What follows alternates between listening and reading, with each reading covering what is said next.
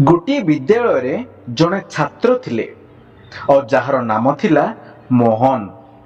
और से विद्यालय भल पाठ पढ़ुले और सर्वदा निजकू दुर्बल बोली मन करुले। दिने से ताको शिक्षक को पाखक गले आ कहिले, सार मु जेते चेष्टा कले मध्य मु मोर भल पाठ पढ़ी पारु नाही, बोधे मु कदापि सफल होई परिबि नाही। आ शिक्षक जनक मोहन रो एक कथा सुनी हसी हसी मोहन को कहिले, रुह मु तुमको गोटे काम देउछि। तापर से मोहन को एक पत्थर दी कहिले, ए पत्थरटी को उज्जवल हेबा पर्यंत घसु थाओ। और एबे मोहन सार को ठारो से पत्थर नहीं घसीबा आरंभ करदेला। घसी घसी घसी घसी से क्लांत हुई ठीक सार को पाखु जाए पहुंचला।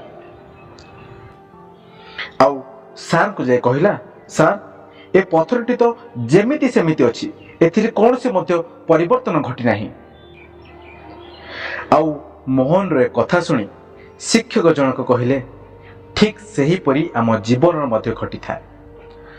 आ कहले, सफलता राति राति घटी न थाए, निरंतर धैर्य एवं प्रयास द्वारा ही सफलतार चाबिकाठी बोली कहा जाए।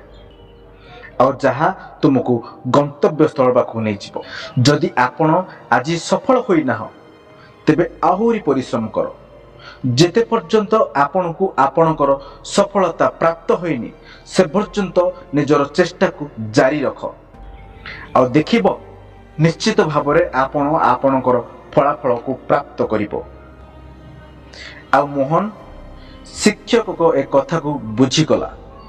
से निज पढ़ारे पुणी ध्यान देवा आरंभ करदेला। और धीरे धीरे धीरे धीरे तार परिश्रम फलता को मिलवा को लगिला। और किछि समय पर से विद्यालय सबुठारु स्मार्ट पिला मानक ठारु उत्तम होइला।